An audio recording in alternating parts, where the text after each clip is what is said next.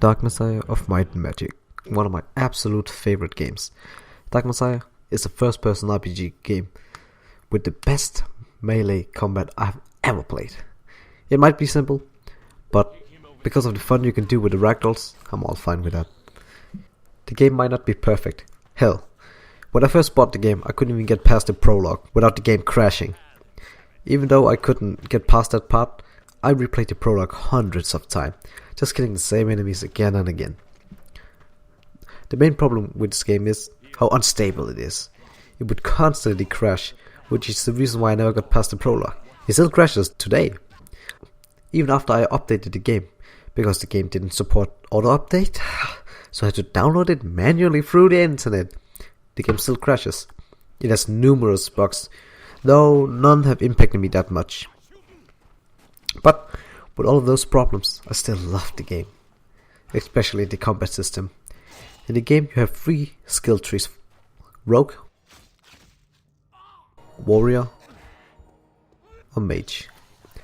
The special thing is that you can mix them. You can be a warrior with magical spells who's able to use bow and arrow, but that is not what I think makes the game amazing. What I think makes the game amazing is the ragdolls, or physics. If you kick an enemy off a ledge, he will fall to his death, or something like this. Something's gotcha. Here you are. Stay here.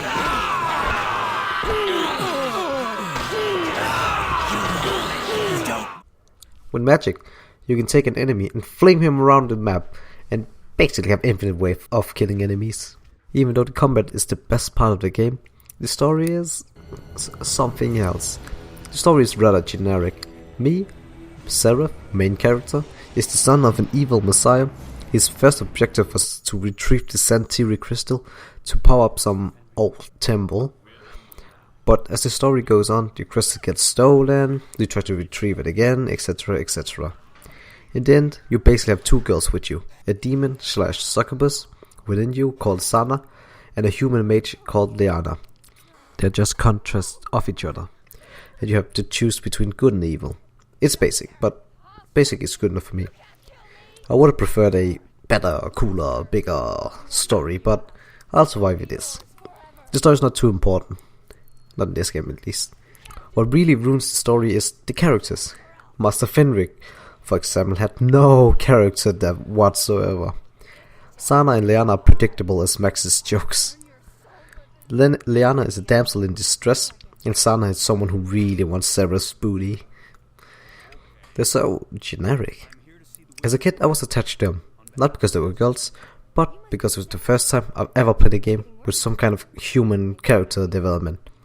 I played Ratchet & Clank before that, but you know, they're goofy and such, not really a serious story. The AI for Eliana might not be the best, since you have to babysit her. What I just do is just press E on her and she'll stay wherever she is. But then again, all of the side characters look the same, except for Menelag, but you really don't see Menelag that much. Can you see the difference between this guy and that guy? It's the same model, but one of them is an important character. Not really that important. He can die. But bad characters doesn't make a bad game. It's just really annoying. Like, he's called Duncan, but he just looks like a normal recruit, and it just, oh. But all in all, one of my favorite games. I can replay this again and again. Sometimes with mod, but sadly, the community for Dark Messiah isn't that big. There's only a handful of mods, and on speedrun.com there's only a few runs. No one cares about a dead game, with no support, no community, no nothing.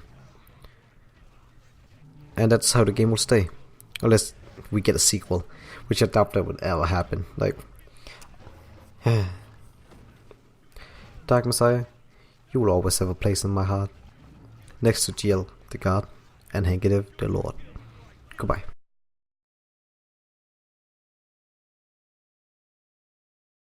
The game might not be perfect. Perfect?